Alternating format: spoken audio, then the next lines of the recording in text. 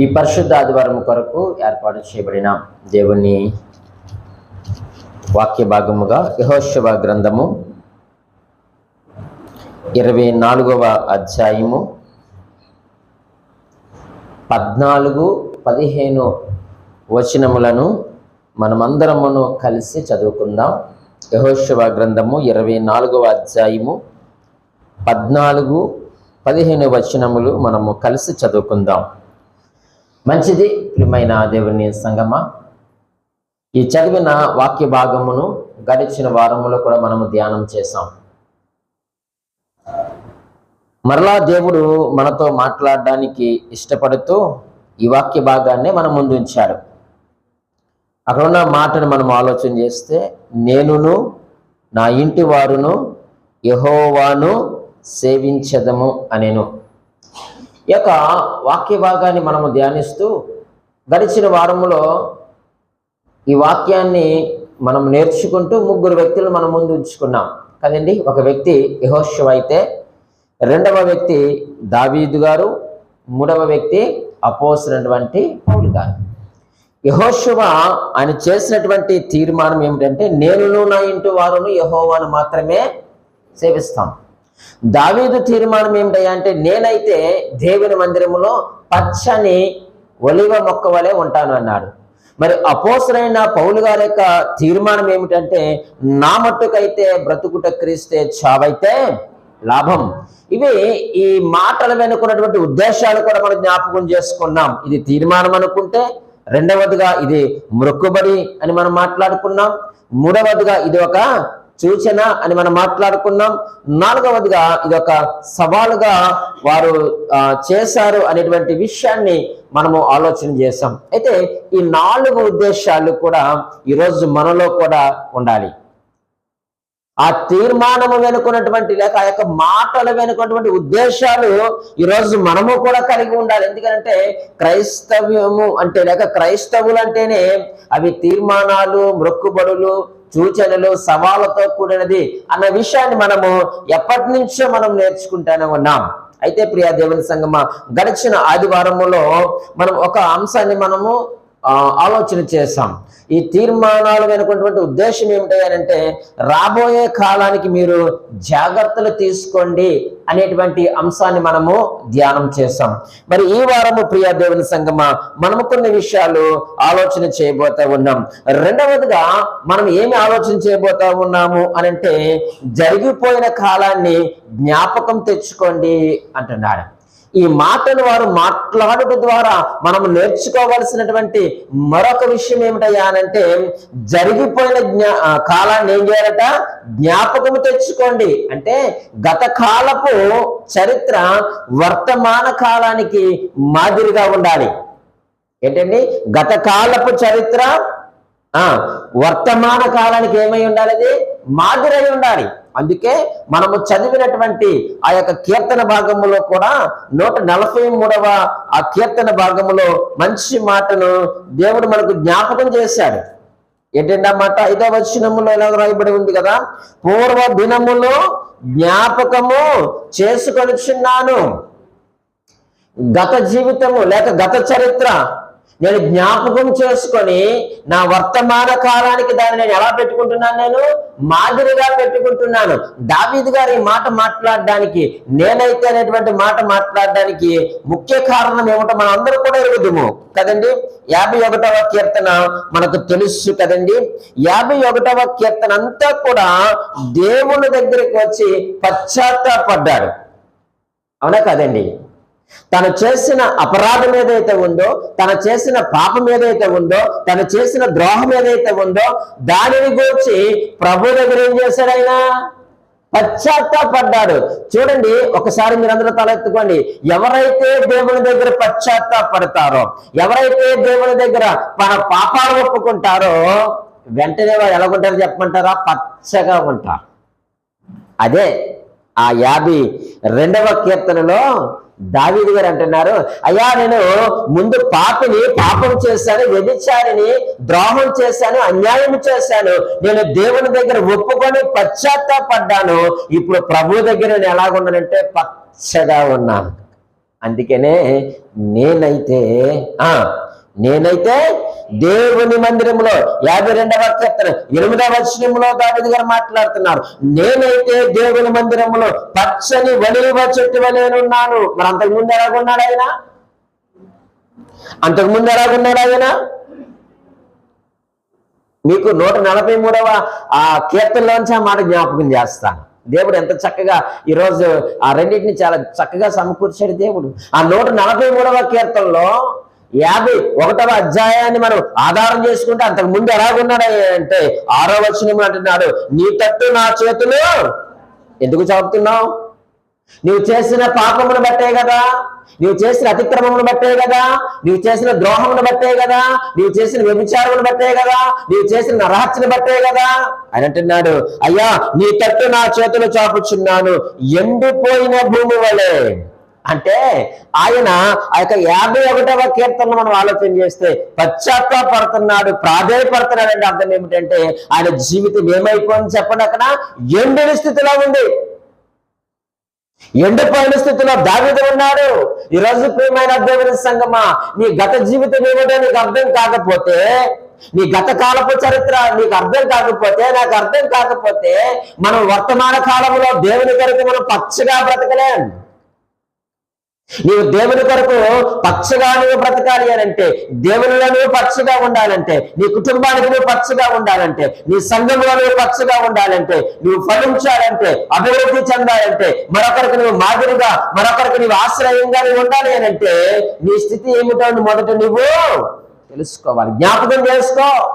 దావీదు జ్ఞాపకం చేసుకున్నాడు, యెహోషువ కూడా జ్ఞాపకం చేసుకున్నాడు. కాబట్టి అంటున్నాడు, నేను నా ఇంటి వారు యెహోవాను సేవిస్తాం. ఆయన ప్రయాణ మార్గంలో చూశాడు. ఆయన గత కాలంలో ఆయన చూసినవన్నీ కూడా జ్ఞాపకం చేసుకుంటున్నాడు. ఆయన మోషేకి దాసుడుగా పరిచారకుడిగా ఉన్నప్పటి నుంచి కూడా యెహోషువ ఇవన్నీ కూడా చూస్తున్నాడు. కాబట్టి ప్రియమైన దేవుని సంగమా, ఈ రోజు ఆ యొక్క జరిగిపోయిన కాలాన్ని ఒక్కసారి మీరు జ్ఞాపకం చేసుకోండి. పూర్వ దినములు జ్ఞాపకం చేసుకోండి. దేవుడు మన జీవితంలో చేసిన మేలు జ్ఞాపకం చేసుకోండి. దేవుడికి మీరు చేసిన కీడును కూడా మీరు జ్ఞాపకం చేసుకోండి. దేవుడు మనకు చేసిన న్యాయాన్ని మీరు జ్ఞాపకం చేసుకోండి. దేవుడికి నేను చేసిన అన్యాయాన్ని కూడా మనం జ్ఞాపకం చేసుకుందాం. అలా జ్ఞాపకం చేసుకుంటే ఆటోమేటిక్ గా మన జీవితం సెట్ అయిపోద్ది. అన్ని సెట్లు మారుతున్నాయి కానీ మన మైండ్ సెట్ మారతలేదు. ఏ సెట్లు మారుతున్నాయి చెప్పమంటారా? సోఫా సెట్ మారుతున్నాం. మనకి ఎక్కడన్నా రోడ్డు మీద మంచి కనబడితే ఆ సెట్ మార్చేస్తాం కదండి, బీరువాని మార్చేస్తాం, లేకపోతే ఆ టేప్ సెట్ని మార్చేస్తాం. అదేండి ఇప్పుడు హోమ్ థియేటర్లు అంటున్నారు కదా, అప్పుడు టేప్ రికార్డులు అనేవారు. ఇన్ని సెట్లు మారుతున్నాయి కానీ ఏ సెట్ మారతలేదు. ఎప్పుడైతే మన మైండ్ సెట్ మారుతుందో అప్పుడు మనం దేవుని సన్నిధిలో పచ్చని వలిగా మొక్కవలే ఉంటాం. పచ్చని వలిగా మొక్కవలే నేను ఉంటాను. అది దేవునికి ఆనందం, దేవునికి సంతోషం, అలాగనే అది మనకు ఆశీర్వాదము కూడా. కాబట్టి జరిగిపోయిన కాలాన్ని జ్ఞాపకం చేసుకోమంటున్నాడు. ఏమిటి జరిగిపోయిన కాలం అంటే? యెహోషువ ఉద్దేశంలో మొట్టమొదటిది ఏమిటయ్యానంటే, మీరు దేవుని ఏర్పాటు మీరు జ్ఞాపకం చేసుకోండి. అమ్మా, అర్థమవుతున్నాయి కదా దేవుని మాటలు? ఆయన జరిగిపోయిన కాలాన్ని జ్ఞాపకం తెచ్చుకోమంటున్నాడు. ఏం జ్ఞాపకం తెచ్చుకోవాలా? నెంబర్ 1, దేవుని ఏర్పాటును మీరు జ్ఞాపకం చేసుకోండి. దేవుడు మిమ్మల్ని ఎందుకు ఏర్పాటు చేసుకున్నాడో, దేవుని ఏర్పాటు ఏమిటో, దేవుని ఉద్దేశం ఏమిటో జ్ఞాపకం చేసుకో. నువ్వు ఐగుప్తులో నువ్వు ఎలాగున్నావంటే బానిసలుగా మీరున్నారు, బానిసత్వంలో మీరు బ్రతుకుతున్నారు, కృంగిన దశలో మీరున్నారు, నిరాశలో మీరు ఉన్నారు. అటువంటి సమయంలో దేవుడు మిమ్మల్ని ఏం చేశాడు చెప్పండి?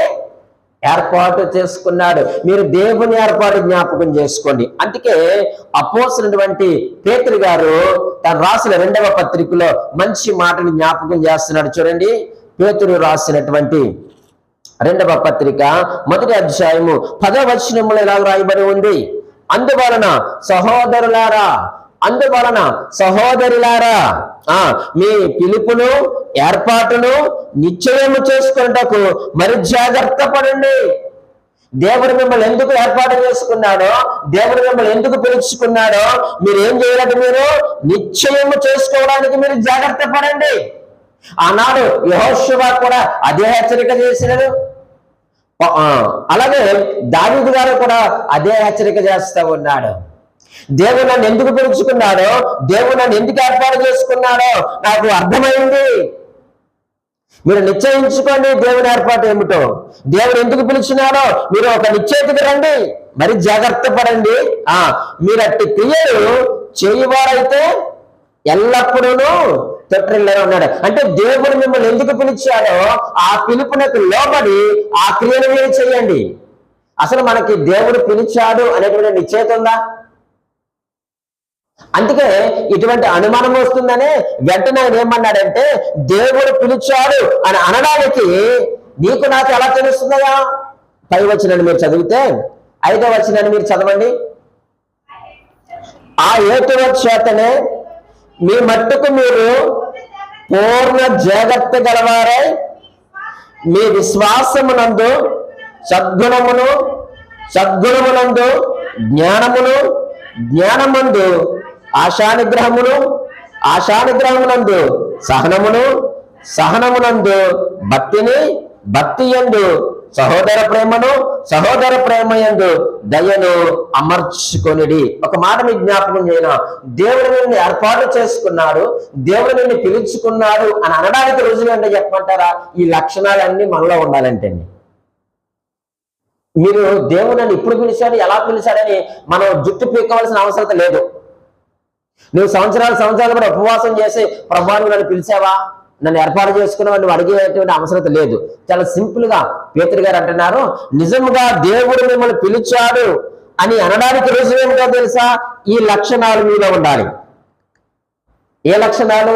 ఇప్పుడు మనం చదివినటువంటి ఆ యొక్క 5వ వచనమైనటువంటి 5, 6, 7 వచ్చినటువంటి ఆ యొక్క లక్షణాలన్నీ కూడా క్రైస్తవులుగా మనలో ఉండాలి. అవి ఉన్నప్పుడు మనకేమర్థమవుతుందో తెలుసా? ఎస్, దేవుడు నన్ను ఏర్పాటు చేసుకున్నాడు, దేవుడు నన్ను పిలుచుకున్నాడు అనేటువంటి ఒక నిశ్చయితకి మనం వస్తాం. ఆ నిశ్చయితకి వచ్చి అక్కడ ఉన్నటువంటి ఆ లక్షణాలన్నీ మనలో కలిగి ఉన్నప్పుడు ఆ క్రియలు మనం ఏం చేస్తామట? జరిగిస్తాం.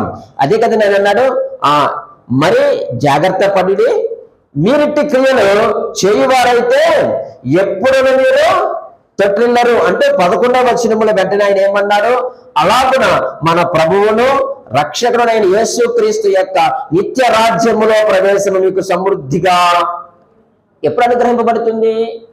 ఆ క్రియల ప్రకారముగా మనం నడిచినప్పుడు, ఆ సహనము, ఆ ఓర్పు, ఆ భక్తి కదండి, ఇంకేంటండి, ఆ యొక్క విశ్వాసము, ఆ యొక్క సద్గుణము, ఆ యొక్క జ్ఞానము, ఆశానుగ్రహము, సహనము, ఇవన్నీ మనకు కలిగినప్పుడు మనము యేసుక్రీస్తు వారు ఏ క్రియలు అయితే చేశారో ఆ క్రియలను మనము చేస్తాం.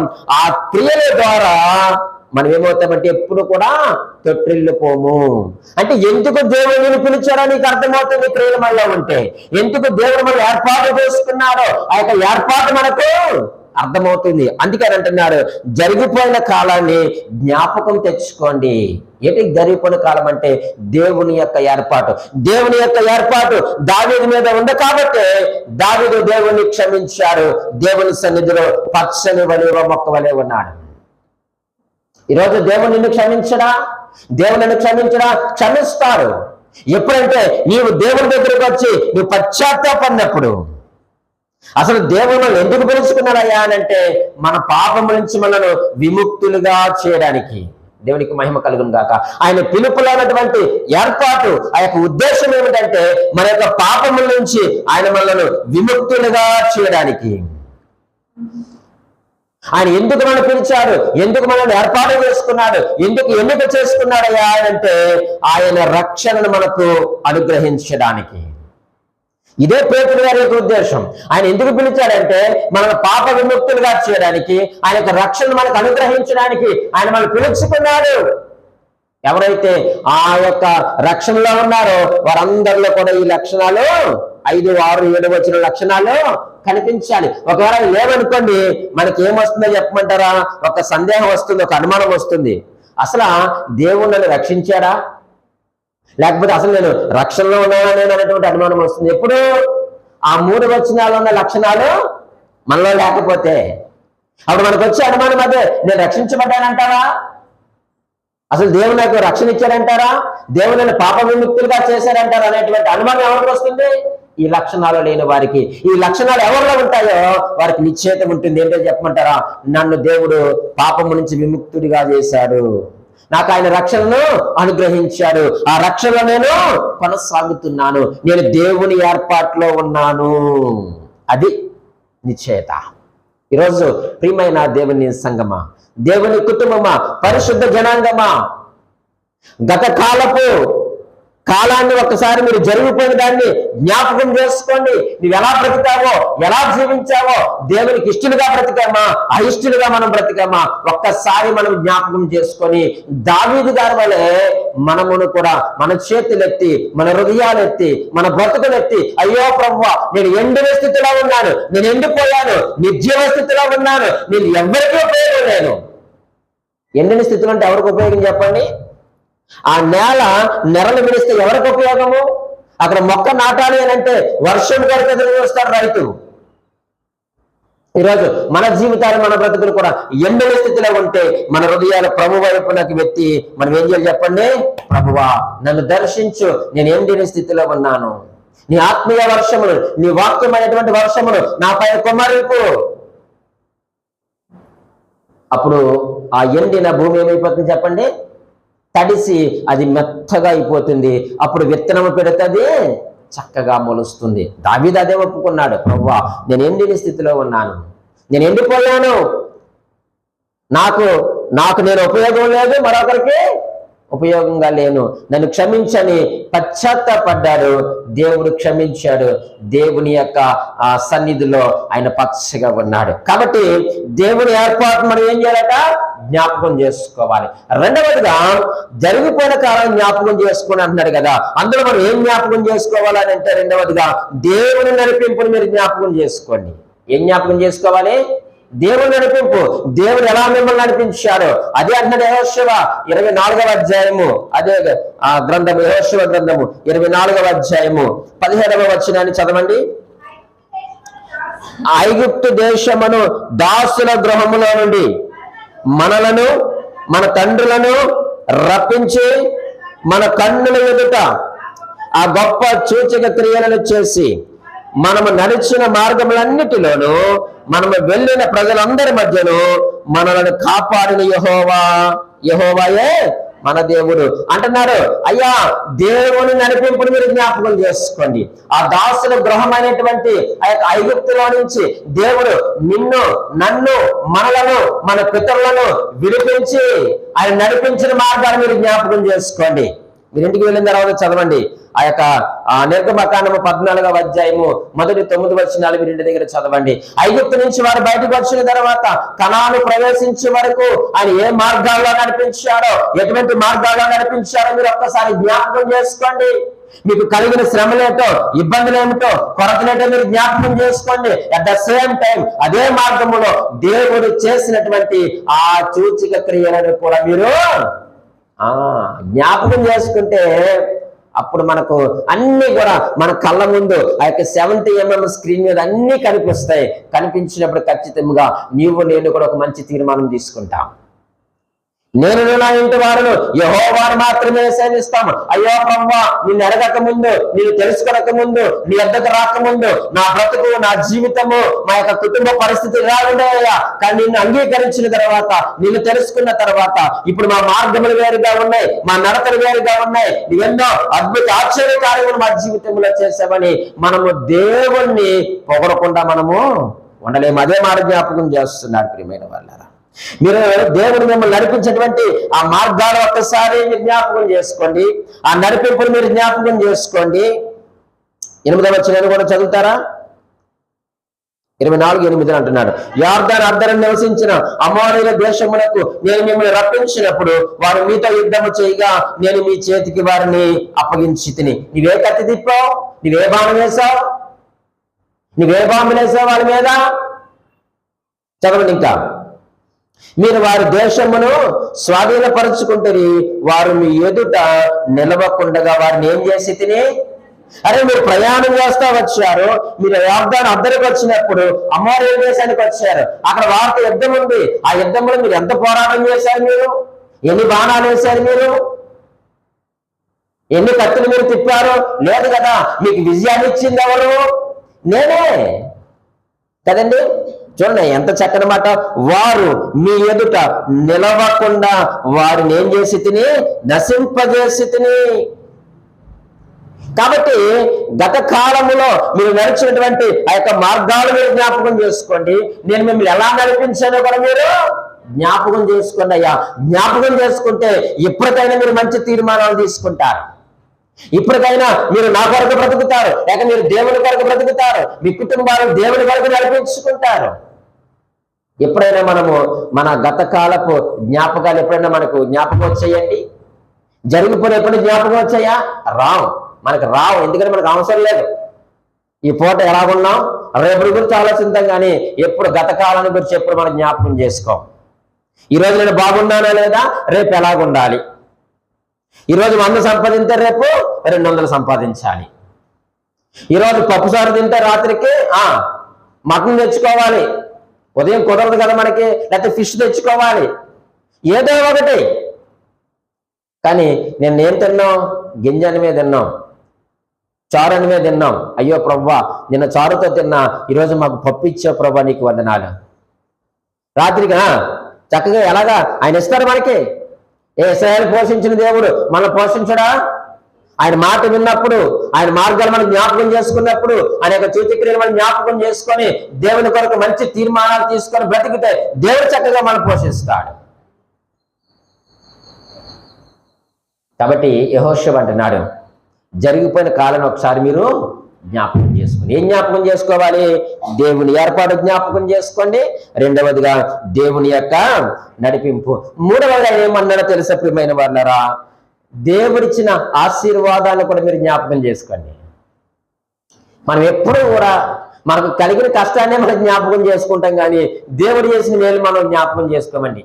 ప్రభువా, ఏడు ప్రభువా, మా జీవితం ఇలాగ అయిపోయింది, ఎప్పుడూ మన జీవితం ఇలాగ అయిపోయింది. వచ్చిన కష్టాలు జ్ఞాపకం చేసుకుంటాం, కానీ ఆ కష్టాల వెనుక దేవుడు ఇచ్చినటువంటి ఆశీర్వాదాన్ని, ఆ కష్టాల తర్వాత దేవుడు చేసిన మేలును మనం ఏం చేస్తాం చెప్పండి? మర్చిపోతాం. మేలును మర్చిపోతే కష్టాల జ్ఞాపకం ఉంటాయి. కష్టాల జ్ఞాపకం ఉంటే మన నోట ఏమొస్తుంది చెప్పమంటారా? ప్రార్థనే వస్తుంది. కానీ మేలును జ్ఞాపకం చేసుకుంటే దేవుణ్ణి స్తుతించడం వస్తుంది, దేవుణ్ణి గణపరచడం వస్తుంది, దేవుణ్ణి మహిమపరచడం వస్తుంది, దేవుణ్ణి హెచ్చించడం. మనకు ప్రార్థన చెయ్యొద్దని నేను అనడం లేదు, కానీ ప్రతి క్షణము మన నోట ఏముండాలి చెప్పండి? స్తుతి ఉండాలి. దేవుణ్ణి స్తుతించాలి అని అనుకుంటే దేవుడు చేసిన మేలులు మనకు జ్ఞాపకం రావాలండి. కానీ అదేటో పాడుబుద్ధి. ఎందుకంటే మానవ స్వభావము, శరీరము కొంచెం దౌర్భాగ్యమైన స్థితి కదా. ఎప్పుడు చూసినా ఆ కొండ ఎండిపోయింది, మాకు బియ్యం లేవు, మా పరిస్థితి ఇలాగైపోయింది, మా జీవితం ఇలాగైపోయింది అంటే మనం ఇంటిల్లి 10 మనం సంపాదించుకున్నా కరువు కాటకాల గురించే మాట్లాడతాం, కానీ ఆ కరువుల్లో దేవుడు చేసిన మేలును మాత్రం మనం జ్ఞాపకం చేస్తాం. అందుకని ఏమంటున్నాడు? దేవుడు మీకు ఇచ్చినటువంటి ఆ యొక్క ఆశీర్వాదాలు జ్ఞాపకం చేసుకోండి, దేవుని జ్ఞాపకం చేసుకోండి. 24వ అధ్యాయము యెహోషువ గ్రంథం 9వ వచనం. తర్వాత మోయాబు రాజును సిప్పోరు కుమారుడైన బాలాకు లేచి ఇశ్రాయేలులతో యుద్ధము చేసి మిమ్ము శపించుటకు బేయోరు కుమారుడైన బిలామును పిలువనంపగా, నేను బిలాము మనము విననైతే గనుక అతడు మిమ్మును దీవించుచునే వచ్చెను, అతని చేతిలో నుండి నేనే మిమ్మును విడిపించి తిని. అతను మనకు అందరూ కూడా స్టోరీ తెలుసు. బాలాకు ఏం చేశాడు? బిలాముని ఇశ్రాయేలు శపించడానికి ఏర్పాటు చేశాడు. కానీ దేవుడు ఎవరి మాట విన్నాడు? వాళ్ళిద్దరి మాట వినలేదు. దేవుడు ఏది చెయ్యాలనుకున్నాడో అదే చేశాడు. దేవుడు ఇశ్రాయేలుని దీవించుటకు ఆయనకి ఏంటంట? ఇష్టము కలిగి ఉన్నాడట. మరి ఇశ్రాయేలుని దీవించడానికి ఇష్టం కలిగిన దేవుడు ఈరోజు నిన్ను నన్ను దీవించడా? నిన్ను శపించని మనుషులు శాపాలు ఎవరికి తగలవండి. మేము లేదని అన్నారా? అనుకోనివ్వండి, విడిచిపెట్టేయండి. మిమ్మల్ని అవమానపరిచారా? పరచనివ్వండి. మిమ్మల్ని దూషించారా? దూషించనివ్వండి. ద్వేషించారా? ద్వేషించనివ్వండి. అంతటి ప్రవక్తే శపించడానికి వస్తే దేవుడు ఒప్పుకున్నాడండి? ఒప్పుకోలేదు. అందుకనే దేవుని యొక్క ఏర్పాటులో ఉన్న వారికి ఎప్పుడు కూడా దేవుడు ఆశీర్వాదాలు ఇస్తాడండి. దేవుడు విడిచిపెట్టడండి. అదే అంటున్నాడు ఆయన, నేను బిలాము మనవి విననల్లనైతిని గనుక అతడు మిమ్మల్ని ఏం చేస్తూ వచ్చాను? దీవిస్తూ వచ్చాడు. నేను మిమ్మల్ని ఆశీర్వదించాను, శాపాలను కూడా మీకు దీవెనలుగా మార్చాను. దేవునికి మహిమ కలుగును గాక. ఒకసారి మీరు ఆలోచన చేయండి. మన గత జీవితాన్ని ఒకసారి మీరు జ్ఞాపకం తెచ్చుకోండి. ఆ చరిత్రను ఒకసారి జ్ఞాపకం తెచ్చుకుంటే అది మీ వర్తమాన కాలానికి ఏమవుతుందంటే అది మాదిరిగా ఉంటుంది అయ్యా. అది మీకు మాదిరిగా ఉంటుంది. ఒక్కసారి జ్ఞాపకం తెచ్చుకోండి. నేను మిమ్మల్ని దీవించాను కానీ ఎక్కడా మిమ్మల్ని శపించలేదు. మిమ్మల్ని శపించడానికి వచ్చిన వారి మాటలు కూడా నేను మీకు దీవెనలుగానే మార్చాను కానీ శాపాలు మాత్రం నేను మీకు ఇవ్వలేదు. ఒకసారి జ్ఞాపకం చేసుకోండి అయ్యా. మీరు అవన్నీ జ్ఞాపకం చేసుకుంటే నాలా మీరు కూడా తీర్మానం చేస్తారు. నేను నా ఇంటి వారును నేనైతే నా మట్టుకైనటువంటి తీర్మానాలు మళ్ళీ వస్తాయి. ఆ రోషము, ఆ యొక్క పౌరుషం వస్తుంది దేవుని కొరకు. మనకు అవేమి ఒకసారి మీరు ఆలోచన చేయండి. అందుకని అంటున్నాడు ఆయన, ఒక్కసారి ఆయన మనకి ఇచ్చినటువంటి ఆశీర్వాదాలు మీరు జ్ఞాపకం చేసుకోండి. మీరు ఎప్పుడు చూసినా కొరతలే జ్ఞాపకం చేసుకుంటున్నారు, కరువులే జ్ఞాపకం చేసుకుంటున్నారు. నాకు అన్నం పెట్టలేదని, మాకు మాంసం పెట్టలేదని, తెల్లుల్లిపాయ పెట్టలేదని, కీర దోసకాయ పెట్టలేదని మీరు అడుగుతున్నారు. కానీ ఆయన మనకు చేసిన ఆ యొక్క సూచక్రియలు మీరు ఒక్కడాన్ని జ్ఞాపకం చేసుకున్నారా? శాపాలను కూడా దేవుడు ఆశీర్వాదాలుగా మార్చేశాడు. అది నీకు జ్ఞాపకం వస్తే నీ హృదయం మండించబడుతుంది. నువ్వు మండించబడితే దేవుడి దగ్గర చక్కని తీర్మానాలు తీసుకుంటాం. ఈరోజు క్రైస్తవులు ఎలా ఉన్నారు చెప్పమంటారా? జాగ్రత్తగా వినండి. సండే క్రైస్తవులాగా ఉన్నారు, మండే క్రైస్తవులా లేరు. మండే క్రైస్తవులు అంటే సోమవారం క్రైస్తవులు అనుకున్నారు కాదు. అంటే మీరు మన్నించబడేటువంటి క్రైస్తవులు. మరి తెలివైన వాళ్ళు కదా ఇప్పుడు ప్రజలు. సండే క్రైస్తవులు కాదు మండే క్రైస్తవులు అన్నారు అనుకోండి, అంటే సోమవారం క్రైస్తవులా ఉండమన్నారేమో అనుకుంటారు. కాదు కాదు కాదు నువ్వు రగిలించబడాలి, నువ్వు మండించబడాలి. కానీ ఈ రోజు మనము సండే క్రైస్తవులుగా ఉన్నాం. వచ్చామా, కూర్చున్నామా, మాటలు విన్నామా, వెళ్ళిపోయామా, అంతే. ఇది సండే క్రైస్తవుల యొక్క విధానం. కానీ మనం ఎప్పుడు కూడా మండుతున్నటువంటి క్రైస్తవులుగా మనము ఉండాలి. మీరు ఒక మాట జ్ఞాపకం చేస్తున్నాను. మీరు స్కూల్కి వెళ్తారా, అక్కడే మీరు మన్నించబడరు, అక్కడంతా పాపమే ఉంటుంది. మీరు లోకంలోకి వెళ్ళండి, అక్కడ పాపమే ఉంటుంది. మీరు సిఎంఆర్ సెంటర్కి వెళ్ళండి, అక్కడే పాపం ఉంటుంది. మీరు ఎక్కడికంటే వెళ్ళండి, ఎక్కడికి వెళ్ళే పాపమే ఉంటుంది. కానీ పవిత్రత, పరిశుద్ధత ఉండదు. ఆ పవిత్రత, పరిశుద్ధత ఎక్కడ ఉంటుందో చెప్పమంటారా? దేవుని సన్నిధిలో. అక్కడ ఉంటే మన్నించబడితే అక్కడికి వెళ్తే చల్లారిపోతాను. నువ్వు లోకంలోకి వెళ్ళు, సినిమాకి వెళ్ళు, షికారుకి వెళ్ళు, నువ్వు ఎక్కడికంటే వెళ్ళు, అక్కడ పాపం తప్ప పవిత్రత లేదు. నీకు పవిత్రత, పరిశుద్ధత కావాలి ఉండాలనుకుంటే దేవుని సన్నిధిలోకి రావాలి. వస్తే నువ్వు మన్నించబడతావు. నువ్వు మన్నించబడితే నీ కుటుంబం అంతా కూడా మన్నించబడుతుంది. పాపానికి చోటు ఉండదు, అపవిత్రతకు చోటు ఉండదు. నువ్వు ఎక్కడికి వెళ్ళే లోకంలో నాకు ఇక్కడ పవిత్రత దొరికిందని మీరు ఎవరైనా చెప్పండి, నేను పరిశుద్ధ గ్రంథాన్ని వదిలేస్తాను. నేను నీకు పవిత్రత, పరిశుద్ధత దొరికేది ఒక్క దేవుని సన్నిధిలో మాత్రమే. అందుకే అంటున్నాడు, ఒక్కసారి జరిగిపోయిన కాలాన్ని మీరు జ్ఞాపకం చేసుకోండి. దేవుని ఏర్పాటు జ్ఞాపకం చేసుకోండి. దేవుని నడిపింపును జ్ఞాపకం చేసుకోండి. దేవుడిచ్చినటువంటి ఆశీర్వాదములను కూడా జ్ఞాపకం చేసుకోండి అన్నాడు. మూడవదిగా మనము ఆలోచన చేసి ముగించుకుందాం. మొదటిది, రాబోయే కాలానికి జాగ్రత్తలు తీసుకుండా నేర్చుకున్నాం. రెండవది, జరిగిపోయిన కాలాన్ని జ్ఞాపకం చేసుకోండి.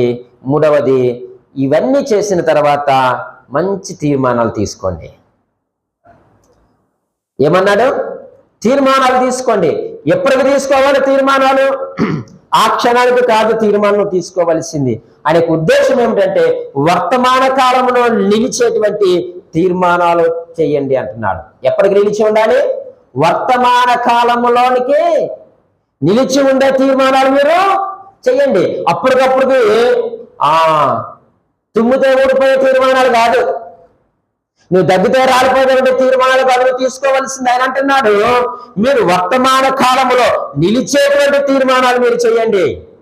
యెహోషువ చేస్తున్నటువంటి హెచ్చరిక, ఇజ్రాయేల్ ప్రజలతో మాట్లాడుతూ, అయ్యా దేవుని ప్రజలారా, ఇదిగో నేను చేసిన తీర్మానం ఇది, కాబట్టి మీరు కూడా ఒక మంచి తీర్మానం తీయండి. ఆ తీర్మానము ఏమవ్వాలి చెప్పండి? వర్తమాన కాలంలో అవి నిలిచిపోవాలి. ఎటువంటి తీర్మానం అంటే 24వ అధ్యాయము 14వ వచనములో ఆ మాటను మరలా మీరు చదవండి ఒకసారి. చూడండి ఆ మాట, ఆ యొక్క 14వ వచనములో ఆయన అంటున్నాడు, కాబట్టి మీరు యెహోవా యందు భయభక్తులు గలవారై ఆయనను నిష్కపటముగాను సత్యముగాను సేవించుచు అన్నాడు. నువ్వు ఎటువంటి తీర్మానం తీసుకోవాలంటే వేషధారణ లేని తీర్మానం తీసుకోవాలి. ఏ తీర్మానం? వేషధారణ లేని తీర్మానం. కానీ మన తీర్మానాలన్నీ కూడా వేషధారణే ఉంటది. అయితే ఈరోజు తీర్మానం చేస్తావు, నువ్వు మండే నుంచి మళ్ళీ మామూలే. 31వ రాత్రి తీర్మానం చేస్తావు, ఫస్ట్ ఉదయం నుంచి మళ్ళీ మామూలే. కానీ ఇక్కడ దేవుని వాక్యం ఏమి సెలవిస్తా ఉన్నాయా అని అంటే వేషధారణ లేని తీర్మానము నువ్వు చేయాలి. కాబట్టి మీరు యెహోవా యందు భయభక్తులు కలిగి ఆయనను నిష్కపటముగాను, అంటే కపటము ఉండకూడదు ఇంక నీలో కదండి, నిష్కపటముగాను సత్యముగాను సేవించుచు. కపటము లేని వారిగా ఉండండి. అంటే క్రైస్తవులకి తప్పనిసరిగా ఉండవలసినటువంటి లక్షణం ఏమిటయ్యా అని అంటే యెహోవా యందు భయభక్తులు ఉండాలి. యెహోవా యందు భయభక్తులు ఉండాలి. కీర్తనకారుడు 34వ కీర్తనలో ఈ మంచి మాటను తెలియజేస్తున్నాడు. 34వ కీర్తన 11వ వచనంలో ఏమన్నాడంటే, పిల్లలారా మీరు వచ్చిన మాట వినుడి. యెహోవా యందు భయభక్తులు ఎప్పుడు వస్తుందో చెప్పమంటారండి? మనము వచ్చే దేవుని మాట విన్నప్పుడు. అదే అంటున్నాడు, అయ్యా మీరు ఏం చేస్తారు చెప్పమంటారా? వేషధారణ లేని తీర్మానం మీరు చేయండి. మీరు నిష్కపటముగాను సత్యముగాను ఆయన మీరు ఏం చేయాలి? సేవించండి, ఆరాధించండి. ఎప్పుడు యెహోవా యందు భయభక్తులు వస్తాయా అని అంటే మనము వచ్చి ఆయన మాట విన్నప్పుడు. మనకి వినే ఓపిక తక్కువ. కాబట్టి నీవు దేవుని యందు లేక యెహోవా యందు భయభక్తులు కలిగి ఉండాలి అని అంటే ఏం చేయాలి చెప్పండి? ఆయన మాట వినాలి. ఆయన అన్నాడు పిల్లలారా అన్నాడు. ఎంత చక్కని మాట అండి. వృద్ధులారా అనలే. ఎవరు మాట వినరు? పిల్లలే మాట వినరు. అంటే ఇప్పుడు దేవుడు మనల్ని ఏమన్నాడు? ఇప్పటికే మన పిల్లలతోనే పోలిస్తున్నాడు. అది దేవుని గొప్పతనం. పిల్లలారా మీరు వచ్చి దేవుని సన్నిధికి రావాలి. మీరు అంటున్నాడు ఆయన, నా యొద్దకు వచ్చి నా మాట మీరు వినుడి. యెహోవా యందు భయభక్తులు మీకు నేను నేర్పిస్తాను. యెహోవా యందు భయభక్తులు మనకి కావాలి, రావాలి అని అంటే దేవుని మాట వినాలి. మనుషుల మాట కాదు, ఎవరెవరో మాటలు కాదు, ఎక్కడెక్కడో మాటలు కాదు. వాళ్ళెవరు కూడా మహోన్నతులు కాదు, వారందరూ పెద్దవారు కాదు. ఎవరు మహోన్నతుడు? ఆయన మహోన్నతుడు. ఆయన యందు మనకు భయభక్తులు కలిగి మనము జీవించాలంటే ఆయన యొద్దకు వచ్చి మనము ఆయన మాట వినాలి. నువ్వు మనుషుల మాట విన్నావనుకోండి, ఏదో ఒక సామెత ఉంటుంది కదండి, కొండ నాలుగు మంది వేస్తే చెప్పండి మనకు వచ్చి ఉన్న నాలుకే ఊడిందంట. అందువలన మీరు మనుషుల మాటలు వినొద్దు. వాళ్ళెవరు గొప్పలు కాదు, వారెవరు మహోన్నతులు కాదు, వారెవరు పేరు పొందిన వారు కాదు, పరిశుద్ధతలో గొప్పలు కాదు. పరిశుద్ధతలో గొప్పవాడు దేవుడే, మహోన్నతుడు ఆయనే, సర్వాధికారి ఆయనే, భయభక్తులు నేర్పించేది కూడా ఆయనే. మనుషులు నేర్పిస్తాడు అనుకోవడం పొరపాటు. ఎందుకంటే నేర్పించే వారికి దేవుని యందు భయభక్తులు ఉండవు. ఏమో ఎవరికి తెలుసు. కాబట్టి ప్రియమైన దేవుని సంగమా ఆయన అంటున్నాడు, మీరు మంచి తీర్మానం తీసుకోండి, వేషధారణ లేని తీర్మానం చేయండి. రెండవదిగా మీరు చేసేటువంటి తీర్మానంలో రెండవ ఆయన ఏమన్నాడంటే విగ్రహాలు లేకుండా దేవుని సేవించండి అన్నాడు. మీరు చదివితే 15వ వచనంలో అదే కదా మనం చదువుతున్నాము. 24:15 అంటున్నాడు, యెహోవాను సేవించడం మీ దృష్టికి కీడని తోచిన యెడల మీరు ఎవరిని సేవించదురో నది అద్దరిని మీ పితరులు సేవించిన దేవతలు సేవించదురో, అమోరీయ దేశమున మీరు నివసించుచున్నారే వారి దేవతలను సేవించదురో నేను మీరు కోరుకోండి. అబ్బాయి, నీవు దేవుణ్ణి ఆరాధించేటప్పుడు ఆయన సేవించేటప్పుడు ఎలా సేవించాలంటే నిష్కపటముగాను సత్యముగాను సేవించాలి. రెండవదిగా విగ్రహము లేకుండా నువ్వు దేవుణ్ణి సేవించు. మనందరూ కూడా తెలుసు విగ్రహాలు అంటే ఏంటంటే దేవుని మీద ఉన్న ప్రేమను భక్తిని చల్లార్చేటువంటిది ఏదైనా విగ్రహమే. అది డబ్బు కావచ్చు, లేకపోతే ఏదైనా కావచ్చు, లోకం ఏదైనా కావచ్చు. దేవుని మీద ఉన్నటువంటి భక్తిని ప్రేమను చల్లార్చేది ఏదైనా సరే విగ్రహమే. అక్కడ వాస్తవానికి వాళ్ళ దగ్గర ఇంకా విగ్రహాలు ఉన్నాయి. ఆ మాట ఆయన తెలియజేస్తున్నాడు. 23వ వచనంలో అంటున్నాడు ఆయన, చూడండి, అందుకతడు అలాగైతే మీ మధ్యనున్న అన్య దేవతలను ఏం చేయాలట? తొలగద్రోసి. 23వ వచనంలో. కాబట్టి మీరు దేవుని సేవిస్తారని తీర్మానం చేసుకున్నారు, మంచిదే. ఆ తీర్మానము వర్తమాన కాలానికి నిలిచి ఉండాలి, మంచిదే. కానీ ఇంకా ఎక్కడో మీ దగ్గర ఏమున్నాయి?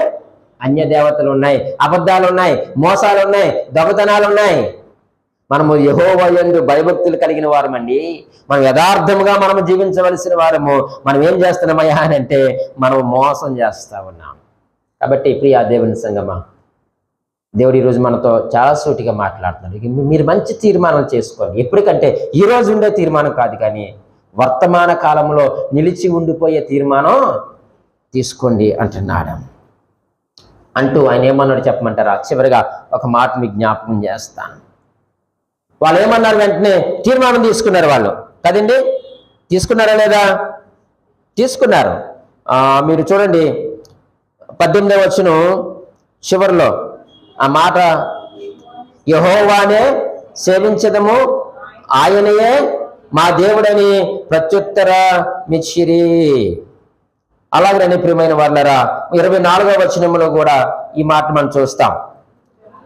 అందుకు జనులు మన దేవుడని యెహోవానే సేవించదము, ఆయన మాటయే విందుమని యెహోషువతో చెప్పి. వీళ్ళు తీర్మానం తీసుకున్నారా లేదా? మాట్లాడండి, ముగిస్తున్నాను. తీసుకున్నారు కదా. ఇప్పుడు సాక్ష్యం ఎవరు? ఇప్పుడు మీరు ఏం చేస్తారంటే తీర్మానం తీసుకుంటారు. మీరు మనసులో తీసుకున్నారు తీర్మానం కదండి. నాకు తెలుసా? తెలియదు. ఎవరికి తెలుసు? దేవుడు తెలుసు. కానీ భౌతికంగా సాక్ష్యం ఎవరు? దానికి చెప్పండి. యెహోషువ. ఇప్పుడు మీరు తీసుకున్నారు, ఎవరు సాక్ష్యం భౌతికంగా? దేవుడా? భౌతికంగా అడిగాను నేను, దేవుడికి తెలుసు.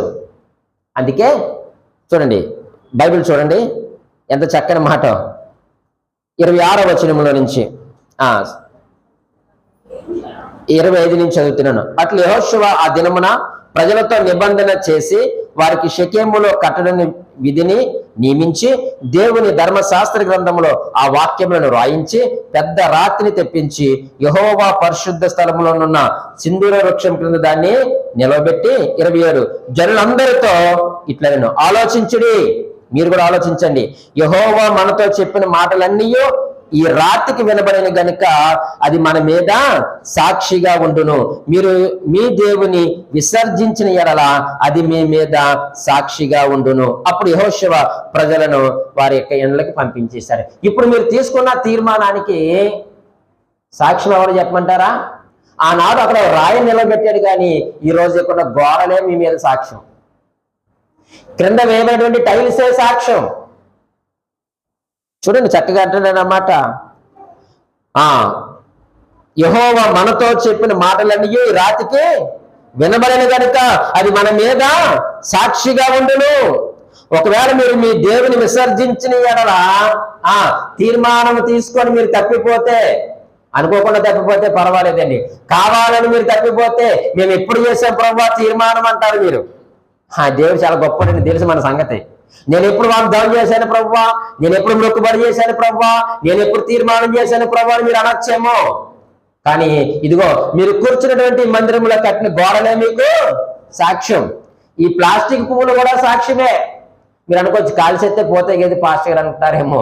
ఆయన వచ్చినప్పుడు కాల్ చేసినా, నీటిలో వారేసినా, నువ్వు పెద్ద కుప్పలో పెట్టినా అవన్నీ బయటకు చేంజ్ చేస్తాయి. చెప్పండి, మన కోసం సాక్ష్యం చెప్తాయి. ఇవి నా మాటలు కాదు, దేవుని వాక్యం సెలవిస్తా ఉంది. ఈ రోజు మనం తీసుకున్న ప్రతి తీర్మానములకు కూడా ఇక్కడ ఉన్న ఈ ఫ్యాన్లు, ఈ లైట్లు, ఈ మైక్, ఈ రాళ్ళు, ఈ చెట్లు, ఈ పోడియం, ఇవన్నీ కూడా మనకి ఏమైందో చెప్పండి, సాక్షిగా ఉన్నాయి. నువ్వు తీర్మానం చేసుకొని తప్పిపోవడానికి వీలు లేదు. దొరికిపోతావు. ఎక్కడికి పోతావు సోదరి? ఎక్కడికి పోతావు సహోదరుడా? ఆయనకు దొరకక తప్పదు. అందుకే మనము తీర్మానం తీసుకుంటే మనము మండేటువంటి క్రైస్తవులుగా మనము ఉందాం. ఈ రాయి వారికి ఆనాడు సాక్ష్యం అయితే ఈ డయాస్, ఈ స్టేజ్ మనందరికీ కూడా ఏంటి చెప్పండి, సాక్ష్యం. కాబట్టి ప్రభు దగ్గర మనం లొంగిపోదాం. ప్రభువా, నేనేటో నాకు అర్థమైంది, నువ్వేమిటో కూడా నాకు అర్థమైంది. నేను నీకు లొంగిపోతున్నాను. నిష్కపటముగాను హృదయపూర్వకముగాను సత్యముతో ఆత్మతో నేను నిన్ను సేవిస్తాను ప్రభువా, నేను నిన్ను ఆరాధిస్తాను. ఇంతవరకు నా ఇష్టానుసారంగా నేను జీవించాను, కానీ ఇదిగో ఈరోజు నాకు అర్థమైంది ఏంటంటే యెహోషువ ఒక మంచి తీర్మానం తీసుకున్నాడు, దావీదు గారు ఒక మంచి తీర్మానం తీసుకున్నారు, పౌలు గారు ఒక మంచి తీర్మానం తీసుకున్నారు. ఆ తీర్మానాలన్నీ కూడా వర్తమాన కాలానికి అవి సూచనగా ఉన్నాయి, వర్తమాన కాలానికి అవి ఒక సవాలుగా ఉన్నాయి, వర్తమాన కాలానికి అవి ఒక మొక్కుబడిగా ఉన్నాయి. నేను కూడా అటువంటి తీర్మానం తీసుకుంటాను. ఇదిగో నేను తీర్మానం తీసుకుంటున్నాను అనడానికి రుజువు ఏమిటో చెప్పమంటారా? ఈ కట్టడమే రుజువు ప్రభువా. ఒకనొక దినమున వస్తావు, నేను తీసుకున్న తీర్మానం ఏమిటి నువ్వు అడిగినప్పుడు, నేను అబద్ధం ఆడితే, లేక నీ వాక్యాన్ని నేను విసర్జిస్తే, నీ మాటలు నేను పెడచెవిన పెడితే, నేను నీకు దూరముగా అయిపోతే, ఇదిగో ఈ కట్టడమే, ఈ రాళ్ళు, ఈ డయాస్, ఈ బాక్సులు, ఈ కొన్ని కుర్చీలు, ఇవన్నీ కూడా నా మీద సాక్షార్థముగా ఉంటాయి ప్రభువా అని ఒక మంచి తీర్మానం తీసుకొని ప్రభు దగ్గర మనం ప్రభువుకి లొంగిపోదాం. దేవుడి మాటలు దీవించి ఆశీర్వదించును గాక. ఆమేన్.